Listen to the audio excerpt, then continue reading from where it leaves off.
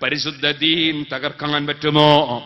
ഇനി നിങ്ങൾ നോക്കൂ, അള്ളാഹുവിന്റെ ദീനിൽ ഒരാൾ കാഫിറായി മരിച്ചു പോകുന്നതിനേക്കാൾ വലിയ ഗതികേട് വേറെ വല്ലതുമുണ്ടോ?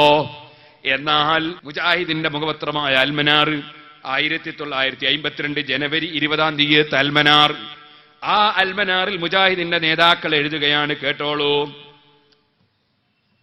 ചോദ്യം: മുബ്തദി ഫാസിഖ്, മുബ്തദി കാഫിർ, ഇവർ തമ്മിലുള്ള വ്യത്യാസം പ്രധാനമായി ഏതു തത്വത്തെ അടിസ്ഥാനപ്പെടുത്തിയാകുന്നു? ഉദാഹരണം സമഗ്രമായെങ്കിലും വിവരിക്കാൻ അപേക്ഷ. ചോദ്യം ശരിക്കും മനസ്സിലാക്കണേ. ഉത്തരം: ദീനിൽ ഇല്ലാത്തതിനെ ദീനിൽ ഇല്ലാത്തതിനെ ദീനെന്ന നിലയിൽ വിശ്വസിക്കുകയോ ആചരിക്കുകയോ ചെയ്യുന്ന ആൾക്കാണ് മുബ്തദി എന്ന് പറയുന്നത്. അത് റെഡിയാണ്. ഇപ്പൊ മലയാളത്തിലുള്ള ഖുത്ബ ദീനിൽ ഇല്ലാത്തതാണ്. അത് ദീന് എന്നുള്ള നിലക്ക് ചെയ്യുമ്പോൾ അയാൾ മുബ്തദിയാകുകയാണ്. അത് ശരിയാണ്, പറഞ്ഞത് ശരിയാണ്. ശരി, ആര് പറഞ്ഞാലും ശരിയാണെന്ന് നമ്മൾ സമ്മതിക്കണം. നമുക്ക് ഒരു പക്ഷപാതിത്വം നമുക്ക് ഉണ്ടാകാൻ പാടില്ല. എനിക്ക് കേട്ടോളൂ, അത്തരം വിശ്വാസങ്ങളോ ആചാരങ്ങളോ ദീനിന്റെ മൗലികമായ പ്രമാണങ്ങളിൽപ്പെട്ട വല്ലതും നിഷേധിക്കുന്ന തരത്തിലോ പ്രധാന സിദ്ധാന്തങ്ങളിൽ ഏതെങ്കിലും പുച്ഛിക്കുകയോ അവമതിക്കുകയോ ചെയ്യുന്ന നിലയിലോ ഉള്ളതാണെങ്കിൽ ആ ആൾക്ക് മുബ്തദി, കാഫിർ, അവിശ്വാസിയായ അനാചാരി എന്ന് പറയപ്പെടുന്നു. ഇനി നിങ്ങൾ കേട്ടോളി, അതിന് ഉദാഹരണം പറയുന്നത് കേട്ടോളി. അള്ളാഹുവിന് ജഡം, രൂപം, ഭാഗം, സ്ഥലം മുതലായ വല്ലതും ഉണ്ടെന്ന് വിശ്വസിക്കുക.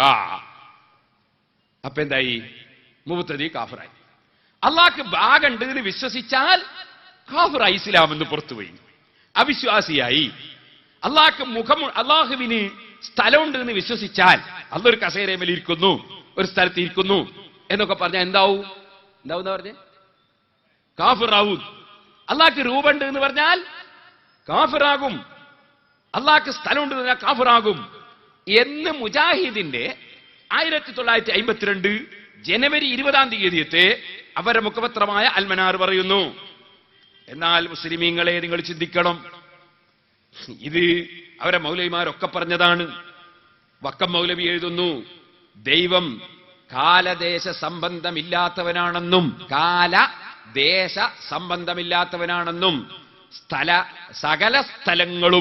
സകല സ്ഥലങ്ങളും ദൈവത്തിന് ഒരേ നിലയിലുള്ളതാണെന്നും പ്രത്യേകമായി യാതൊരു സ്ഥലത്തും ദൈവത്തെ സങ്കല്പിക്കുവാൻ പാടില്ലെന്നുമുള്ളത് ഇസ്ലാം മതത്തിന്റെ മൂലതത്വങ്ങളിൽപ്പെട്ട സംഗതികളാകുന്നു.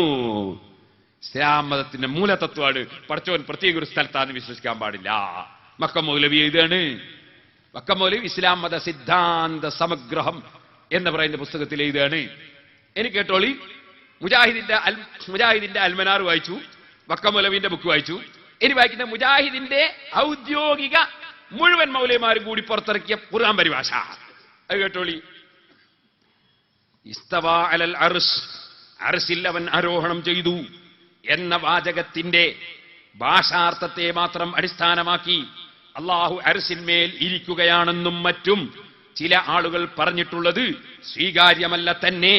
അള്ളാഹുവിനെ സൃഷ്ടികളോട് സമപ്പെടുത്തലും അവന്റെ ഗുണവിശേഷങ്ങളുടെ പരിശുദ്ധിയെ നിരാകരിക്കലുമാണത്. അപ്പൊ അല്ലാഹു തആല ഇസ്തവാ അലൽ അർശ് എന്ന ആയത്തിനെ അടിസ്ഥാനപ്പെടുത്തി അൽ അർശിന്മേൽ ഇരിക്കുകയാണെന്ന് പറഞ്ഞാൽ പടച്ചവനെ സൃഷ്ടികളോട് സമപ്പെടുത്തലാണ്. പടച്ചവനെ സൃഷ്ടികളോട് സമപ്പെടുത്തിയതല്ലേ അബൂജഹൽ ചെയ്ത തെറ്റ്? അതല്ലേ മുശ്രിക്കുകൾ ചെയ്ത തെറ്റ്? അതല്ലേ കാഫിർ? ഇത് വ്യക്തമായി മുജാഹിദിന്റെ പരിഭാഷയും പറയുന്നു. എന്നാൽ 1987 ആയപ്പോ ഉമർ മൗലവിക്ക് തോന്നി പടച്ചവനെ പറ്റി വിശ്വാസമൊന്ന് മാറ്റണം. പടച്ചവനെ പറ്റി വിശ്വാസം മാറ്റാൻ ഉമർ മൗലവി രംഗത്ത് വരികയാണ്. എന്നിട്ട് അദ്ദേഹം പറയാണ്, അള്ളാഹു ആകാശത്തിലാണെന്ന് വിശ്വസിക്കലും ആ അർത്ഥത്തിൽ ആംഗ്യം കാണിക്കലുമൊക്കെ അഹ്ലുസുന്നത്തിന്റെ നിലപാടാകുന്നു. ഉമർ മൗലവിന്റെ അഹ്ലുസുന്നത്ത് എങ്ങനെ? അള്ളാഹ് ആകാശത്താന്ന് വിശ്വസിച്ചിട്ട് ഇങ്ങനെ ആംഗ്യം കാണിക്കുക, അങ്ങുണ്ട് ആംഗ്യം കാണിക്കുക, ആകാശത്തിലാന്ന് വിശ്വസിക്കണോ? വിശ്വസിച്ചാൽ ഭാഗമുണ്ട് സ്ഥലമുണ്ട് വിശ്വസിച്ച കാഫിറാണ് എന്ന് 1952 1987 ഉമർ മൗലവി അങ്ങനെ വിശ്വസിക്കണം, എന്നാലേ അഹ്ലുസുന്നത്താവുള്ളൂ. പോരാ, ഇനിയും കേട്ടോളി. യഥാർത്ഥത്തിൽ അല്ലാഹു ആകാശത്തിലാണെന്നുള്ളത് ഒരു പച്ച പരമാർത്ഥമാകുന്നു. അത് അഹ്ലുസുന്നത്തിന്റെ വിശ്വാസമാകുന്നു. അഹ്ലുസുന്നത്തിന്റെ വിശ്വാസമല്ല, ഉമർ മൗലവിന്റെ വിശ്വാസമാകുന്നു. അഹ്ലുസുന്നക്ക് അങ്ങനെ വിശ്വാസം ഇല്ലേ ഇല്ല, വല്ലാഹി ഇല്ല. അഹ്ലുസുന്നത്ത് കാഫിരീങ്ങളല്ല, പടച്ചവന് ഭാഗമുണ്ടെന്ന് വിശ്വസിക്കുന്നവരല്ല, സ്ഥലമുണ്ടെന്ന് വിശ്വസിക്കുന്നവരല്ല. അള്ള പടച്ചതാണ് ആകാശം.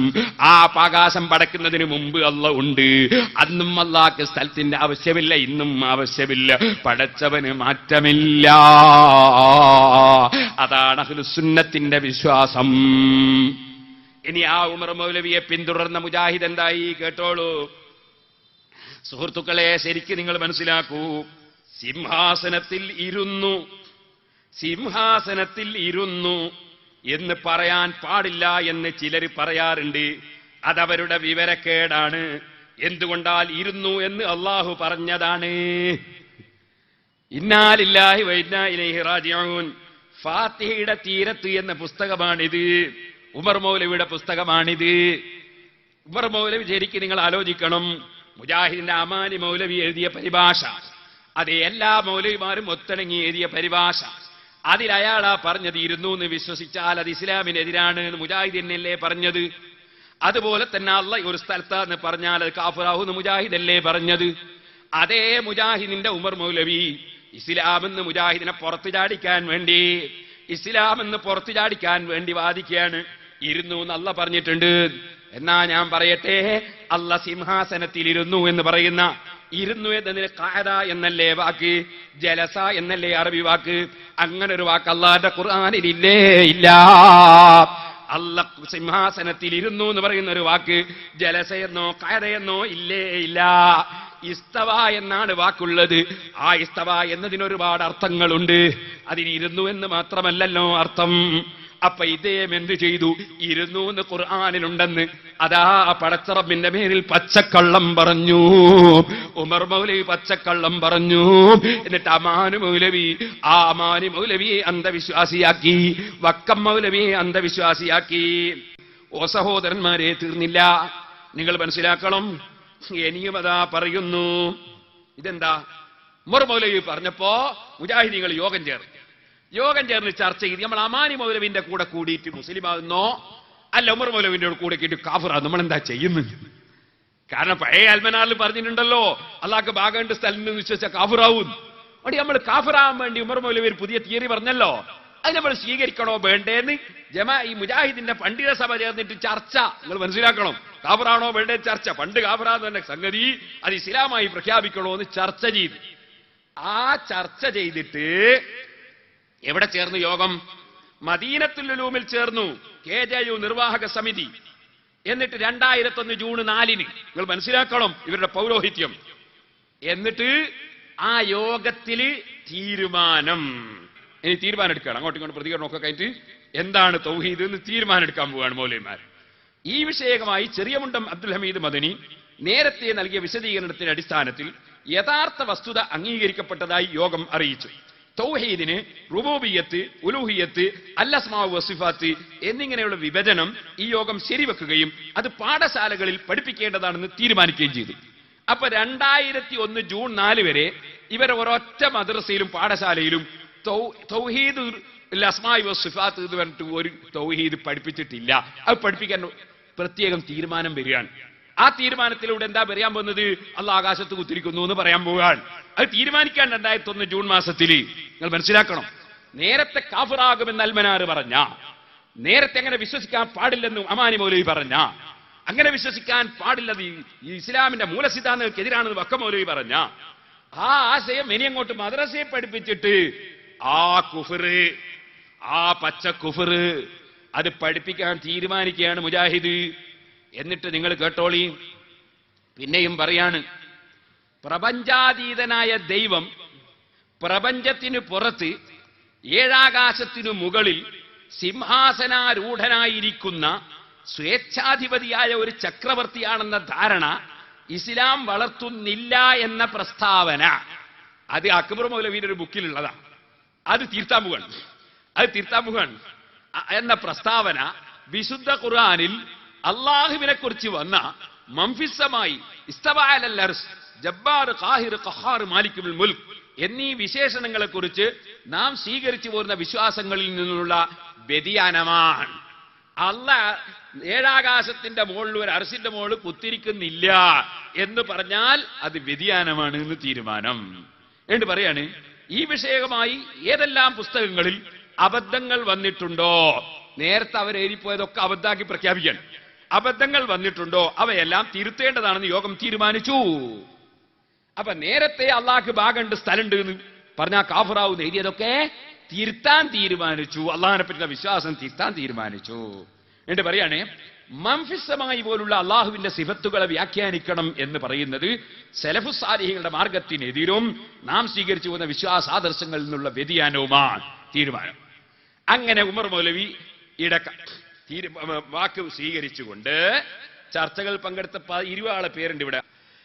AP അബ്ദുൽ ഖാദർ, ആദ്യം തന്നെ PK ആലിസ്, റസാഖ് മദനി, CP ഉമർ സുല്ലമി, കുഞ്ഞീദ് മദനി, മുഹമ്മദ് സുല്ലമി, ഉണ്ണിക്കുട്ടി മൗലവി, സലാം സുല്ലമി, അങ്ങനെ അബ്ദുറഹ്മാൻ സലഫി, മുഹമ്മദ് മദനി എന്നൊക്കെ പറഞ്ഞിട്ട് എല്ലാവരുടെ പേരുമുണ്ട്.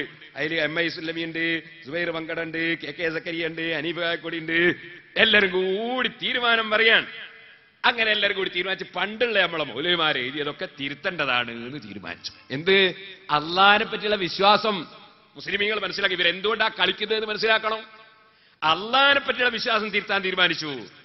ഇനിയോ പിന്നതാ വരുന്ന സുഹൃത്തുക്കളെ, അള്ളാഹുവിന്റെ കണങ്കാൽ, അള്ളാന്റെ കണങ്കാലേ, അള്ളാന്റെ കണങ്കാൽ, അള്ളാഹുവിന് കണങ്കാൽ സാക്ക് ഉണ്ടെന്ന് വിശ്വസിക്കൽ നമുക്ക് നിർബന്ധമാണ്. അള്ളാഹ്ക്ക് കണങ്കാലുണ്ട് എന്ന് വിശ്വസിക്കല് നിർബന്ധമാണ്. അള്ളാഹു പറയുന്നു, അതിന് തെളിവ് കേട്ടോളി, യൗമ യുക്സഫു അൻ സാഖ് വയുദഊന ഇല സുജൂദ്. അതിനർത്ഥം പറഞ്ഞു കേട്ടോളി, കണങ്കാൽ വെളിവാക്കപ്പെടുന്ന ഒരു ദിവസത്തെ നിങ്ങൾ ഓർക്കുക, സുജൂദ് ചെയ്യാൻ അവർ ക്ഷണിക്കപ്പെടും, അപ്പോൾ അവർക്ക് അതിന് സാധിക്കുകയില്ല. 6842 ഫോൺ നമ്പറല്ല, ഖുർആന്റെ ആയത്തിന്റെ നമ്പറേ. അപ്പൊ യുക്സഫു അൻ സാഖ് എന്നതിന് ഇപ്പൊ മൗലവിമാര് അബ്ദുൽ ഹഖ് സുല്ലമി ആമയ്യൂർ എഴുതാണ്, വിശ്വാസ കാര്യങ്ങൾ എന്ന് പറഞ്ഞ പുസ്തകത്തിന്റെ 203 പേജിൽ എഴുതാണ് അള്ളാഹ്ക്ക് കണങ്കാലുണ്ട് എന്ന് ഖുർആൻ തെളിവ്. ഇനി നിങ്ങൾക്ക് കേൾക്കണോ സുഹൃത്തുക്കളെ? അത് പിന്നെ അങ്ങോട്ട് പോയിട്ട് എവിടെ എത്തി? അള്ളാഹു അർശിന് മുകളിൽ. അള്ളാഹു എവിടെ? കണ്ടാ തോന്നും പുതിയാപ്പിള്ള കാണായിട്ട് പരസ്യം കൊടുത്തതാണ്. അള്ളാഹു എവിടെ? ഹെഡിങ് അൽമനാറിൽ ചോദിക്കാണ്. അള്ളാഹു അർശിന് മുകളിൽ. ഇനിയോ അള്ളാഹു ആകാശത്തിൽ നിന്ന് വേറൊരു സ്ഥലത്ത്. അങ്ങനെ 7 ആകാശത്തിന്റെ മേലെയാണ് അർശ്. ഇതാ അവർ പറയുന്നു അർശിന്റെ മുകളിലാണ്, ആകാശത്തിന്റെ ഉള്ളിലുമാണ്. രണ്ടും കൂടി എങ്ങനെ ഉണ്ടാകുക? പക്ഷെ അതൊന്നും ചോദ്യം ചെയ്യാൻ പറ്റില്ല. മൗലവി പറഞ്ഞാൽ വിശ്വസിച്ചോളണം, മൗലവി പറഞ്ഞാൽ വിശ്വസിച്ചോളണം. ഇനി നിങ്ങൾക്ക് കേൾക്കണോ? അതിനേക്കാളും രസമുള്ളത് കേൾക്കണോ? അള്ളാഹ്ക്ക് 2 കൈയുണ്ട് എന്നാ ഇപ്പൊ പറയുന്നു. അള്ളാഹുവിന് 2 കൈകളും 2 ഭാഗവും വലതുഭാഗമാണ്. ഇങ്ങനെ അൽമനാറ് ഡിസംബർ 2004 അതിലെന്താ പറഞ്ഞത്? അള്ളാഹുവിന്റെ 2 കൈകളും, അതിന് 2 കൈകളും എന്നിട്ട് ബ്രാക്കറ്റിൽ അർത്ഥം 2 ഭാഗവും. അപ്പൊ വ്യാഖ്യാനായില്ലേ? കൈ എന്നുള്ളൊരു ഭാഗം ഒന്ന് വ്യാഖ്യാനാക്കി. വ്യാഖ്യാനം പറ്റില്ല എന്നാണേ വാദം. എന്നിട്ട് അവിടെ ഒരു വ്യാഖ്യാനം 2 ഭാഗവും വലതുഭാഗമാണ്. എന്റെ ചോടെ ഹദീസ് കൊടുത്തിട്ട് പറയാണ് അവന്റെ 2 കരവും വലതാണ്. അപ്പൊ അള്ളാഹ്ക്ക് 2 ഭാഗവും വലത്ത്. അള്ളാഹ്ക്ക് ഭാഗമുണ്ട് എന്ന് കാഫിറാവുന്നതാണ് പഴയ അൽമനാറ്. ഇപ്പൊ പറയുന്നത് അള്ളാഹ്ക്ക് ഭാഗമുണ്ട്, 2 ഭാഗവും വലത്താണ്, 2 ഭാഗവും വലത്താണ്. ഇതെല്ലാം വിശ്വസിച്ചോളുന്ന അനുയായികള്. 2 ഭാഗവും വലത്താണ്. എന്നാ സുഹൃത്തുക്കളെ, അത് 2004 ഡിസംബറിലെ അൽമനാറാണെങ്കിൽ എന്റെ മുസ്ലിമീങ്ങൾ ശരിക്കും ചിന്തിക്ക്. ഒരു ഹദീസ് ഉദ്ധരിക്കുന്ന വേറൊരു അൽമനാറിൽ, അത് 2009 ജനുവരി 24 5 കൊല്ലം കഴിയുമ്പോൾ വേറൊരു അൽമനാറ്. ആ അൽമനാറിൽ പറയുന്നത് എന്താണ്? നിങ്ങൾ കേട്ടോളി. നബി സല്ലല്ലാഹു അലൈഹി വസല്ലം പറയുന്നു, അന്ത്യദിനത്തിൽ അല്ലാഹു ആകാശങ്ങളെ ചുരുട്ടിയെടുക്കും, പിന്നെ വലതു കൈ കൊണ്ട് പിടിച്ച ശേഷം പറയും. നിങ്ങൾക്ക് അള്ളാന്റെ കൈയോട് ആകാശം പിടിച്ചിങ്ങെടുക്കും. ആ ആകാശത്തിലാണ് അള്ള ഉള്ളത്. അത് നേരത്തെ പറഞ്ഞിട്ടുണ്ട്. അള്ള പിടിക്കുന്ന ആകാശത്തിലാണ് അള്ള ഉള്ളത്. അത് അള്ളാന്റെ കൈകൊണ്ടിക്ക് പിടിക്കും. എന്നിട്ടോ പറയാൻ വലത് കൈ കൊണ്ട് പിടിച്ച ശേഷം പറയും, ഞാനാണ് രാജാവ്, എവിടെ അഹങ്കാരികളും ധിക്കാരികളും. ശേഷം ഭൂമിയെ തന്റെ ഇടത് കൈ കൊണ്ട് ചുരുട്ടിപ്പിടിക്കും. അള്ളാഹ്ക്ക് വലത്ത് 2 കൈയേ ഉള്ളൂ എന്നാ നേരത്തെ പറഞ്ഞു. ഇപ്പൊ പറയുന്നത് ഇടത്തെ കൈയോട്ട് ഭൂമി പിടിക്കും. ഇടത്തെ കൈ ഉണ്ടാണ്ട് ആദ്യം തന്നെ. ഇടത്തെ കൈ ഇല്ലാന്നല്ലേ നേരത്തെ പറഞ്ഞത്. ഇടത് കൈയിന്റെ 2 കൈയും വലത്താണ് എന്നല്ലേ നേരത്തെ പറഞ്ഞത്. ഇപ്പൊ പറഞ്ഞ് ഇടത്തെ കൈ കൊണ്ട് അള്ള ഭൂമി പിടിക്കും. എങ്ങനെ കൈ മുളക്കുക? ഇനി നിങ്ങൾക്ക് കേൾക്കണോ? ഞാൻ ചുരുക്കി പറയാണ് കേട്ടോളെ. അള്ളാഹ്ക്ക് ജഡമുണ്ട് എന്ന് വിശ്വസിച്ചൂടാ, വിശ്വസിച്ച കാഫിറാവുന്നല്ലേ നേരത്തെ പറഞ്ഞ്. എന്നാ ഇപ്പൊ പറയുന്ന കേട്ടോളി. നബിയുടെയും അനുചരന്മാരുടെയും അവരുടെ പാരമ്പര്യം പിന്തുടർന്നവരുടെയും മാർഗമാണ് സലഫി മാർഗം. പച്ചക്കള്ള പറയേ സലഫി മാർഗം അവര് പറയുന്നതിനല്ല, ഇരിക്കട്ടെ, അവർ പറയുന്ന കേട്ടോളി. അവർ അള്ളാഹുവിന് യോജിച്ച വിധത്തിലുള്ള ശരീരവും അവയവങ്ങളും അവനുണ്ടെന്നും അവ എങ്ങനെയായിരിക്കുമെന്ന് നമുക്കറിയില്ലെന്നും വിശ്വസിക്കുന്നവരാണ്. അള്ളാഹ്ക്ക് യോജിച്ച ശരീരമുണ്ട് പോൽ, അള്ളാഹ്ക്ക് അവയവങ്ങളുണ്ട് പോൽ. ലോകത്ത് എല്ലാ ഇമാമിങ്ങളും അള്ളാഹ്ക്ക് അവയവങ്ങളില്ല, ലൈസ ലഹുൽ ജാരിഹ, അള്ളാഹ് അവയവങ്ങളില്ല എന്ന് എല്ലാ കിതാബിലും എഴുതി വെച്ചിട്ട് ഇവർ പറയുന്ന അള്ളാഹ്ക്ക് അവയവങ്ങളുണ്ട്, അള്ളാഹ്ക്ക് ശരീരമുണ്ട്. ഓ മുസ്ലിമീങ്ങളെ ഇസ്ലാം എന്ന് പുറത്തു ചാടിക്കാൻ വേണ്ടി ഇവര് കൊണ്ടുവന്ന പുത്തൻ ആശയങ്ങളാണ്. ഇനി അള്ളാഹ്ക്ക് ഉള്ളംകൈയുണ്ട്, വിരലുണ്ട്. വേറൊരു സ്ഥലത്ത് പറയാണ് അള്ളാഹ്ക്ക് ശബാബിൽ പറയാണ്, പഴയ ശബാബില് 2004 മാർച്ചിൽ പറയാണ് അള്ളാഹ്ക്ക് അതാ ഉള്ളംകൈയുണ്ട് വിരലുണ്ട്. നിങ്ങൾ മനസ്സിലാക്കണം എന്തിന് അള്ളാഹിനെ പറ്റിയുള്ള വിശ്വാസത്തിലാണിത്. 2009 ജൂലൈ 3 ശബാബില് അർത്ഥം പറയാൻ പാടില്ല എന്ന് സുല്ലം എഴുതുന്നത് കേട്ടോ. സെലഫികളുടെ വാദവും ഇവരുടെ വാദവും തമ്മിൽ വളരെ വ്യത്യാസമുണ്ട്. ബാഹ്യാർത്ഥത്തിൽ തന്നെ ഇവയെ പരിഗണിക്കണമെന്ന വാദം പിഴച്ച കക്ഷികളായ മുജസ്സിമത്തിന്റെയും കറാമത്തിന്റെയും വീക്ഷണമാണ്. അമാനി മൗലവി എഴുതുന്നത് കാണുക. അർശിൽ അവൻ ആരോഹണം ചെയ്തു എന്ന വാക്യത്തിന്റെ ഭാഷാർത്ഥത്തെ മാത്രം അടിസ്ഥാനമാക്കി അള്ളാഹു അർശിന്മേൽ ഇരിക്കുകയാണെന്നും മറ്റും ചില ആളുകൾ പറഞ്ഞിട്ടുള്ളത് സ്വീകാര്യമല്ല തന്നെ. അള്ളാഹുവിനെ സൃഷ്ടികളോട് സമപ്പെടുത്തലും അവന്റെ ഗുണവിശേഷങ്ങളുടെ പരിശുദ്ധിയെ നിരാകരിക്കലുമാണത്. അപ്പൊ അമാനി മൗലവി പറഞ്ഞ സ്ഥലത്താണ് അബ്ദുസ്സലാം സുല്ലം ഇപ്പോഴും ഉള്ളത്. അത് മടവൂര് ഗ്രൂപ്പാണ്. എന്നാ സഹോദരന്മാരെ, അതാ അബ്ദുസ്സലാം സുല്ലമി തന്നെ മറ്റൊരു സ്ഥലത്ത് ശബാബ് 2009 ജൂൺ മാസത്തിൽ പറയാണ് അള്ളാഹുവിന്റെ കൈകൾ, അള്ളാഹുവിന്റെ ഇറക്കം എന്നെല്ലാം പറയുന്ന സൂക്തങ്ങളും ഹദീസുകളും സന്ദർഭോചിതം എവിടെയും വ്യാഖ്യാനിക്കാൻ പാടില്ല എന്ന് പറയൽ സെലഫികൾ ഉൾക്കൊണ്ട തൗഹീദല്ല. പ്രത്യുത ഇത് മുജസ്സിമത്തിന്റെയും കറാമിയത്തിന്റെയും തൗഹീദാണ്. അള്ളാഹുവിന്റെ കൈകൾ, അള്ളാഹുവിന്റെ ഇറക്കം എന്നത് അള്ളാഹുവിന്റെ വിശേഷണങ്ങളാണ്. അവയുടെ അവയവം അല്ല, അത് അവയവമാണ് എന്ന് അതാ മറ്റേ മുജാഹിദ് പറയുന്നു. അവയവം അല്ല എന്ന് അബ്ദുസ്സലാം സുല്ലമി പറയുന്നു. ഇനിയോ യദ് എന്ന് അള്ളാഹുവിന്റെ ഖുർആനിലും ഹദീസിലും വാചകം വന്നപ്പോ അബ്ദുസ്സലാം സുല്ലമി 2009 ജൂൺ 12 ശബാബിൽ എഴുതുന്നത് കണ്ടോ? എന്താ എഴുതുന്നത്? അള്ളാഹുവിന്റെ തന്റെ കൈവശമാണ് എന്ന് അമാനി മൗലവി എഴുതിയതിനെ പറ്റി പറയാണ്. നിയന്ത്രണവും കൈകാര്യവും അവന്റെ പക്കലാണ്, അവന്റെ ഉടമയിലുമാണ്. അമാനി മൗലവി തന്നെ എഴുതിയത് കൈ അല്ലാഹ്ക്കുണ്ട് എന്നല്ല, മറിച്ച് അള്ളാഹുവിന്റെ നിയന്ത്രണത്തിലാണ് എന്നാണ് അതിന്റെ മഅന. ഓ സഹോദരന്മാരെ, ഇങ്ങനെ എഴുതിയിട്ട് അതാ മഹാന്മാരായ ഇമാമിങ്ങളെ കിതാബ് ഉദ്ധരിച്ച്, അമാനി മൗലവിയുടെ പരിഭാഷ ഉദ്ധരിച്ച്, വക്കം മൗലവിയുടെ പുസ്തകം ഉദ്ധരിച്ച്, മുജാഹിദിന്റെ മൗലവിമാര് തന്നെ ഞാൻ മുമ്പ് പറഞ്ഞ ആശയങ്ങൾ അതാ ശരിക്ക് അംഗീകരിച്ച് മറുപടി പറയാൻ തുടങ്ങിയപ്പോ മുജാഹിദിന്റെ മൗലവി ഗ്രൂപ്പിന്റെ മറുപടി എന്താണെന്നറിയോ? സുല്ലമിയുടെ നിരർത്ഥതകൾക്ക് മറുപടി എന്ന ലേഖനത്തിൽ നബി സല്ലല്ലാഹു അലൈഹി വസല്ലമ വിശദീകരണമൊന്നും നൽകാതെ പഠിപ്പിച്ച അള്ളാഹുവിന്റെ 2 കൈകൾ അടക്കമുള്ള ഒരു സിഫത്തിനെയും നമുക്ക് നിഷേധിക്കാനോ സ്വന്തം വക വ്യാഖ്യാനിച്ചു അവയെ മറ്റൊന്നാക്കി അട്ടിമറിച്ചു കളയാനോ നബവിമാനെ പറ്റി പറയാണ്, നബവിക്കോ മുസ്ലിയാർക്കോ ഒന്നും അവകാശമില്ല.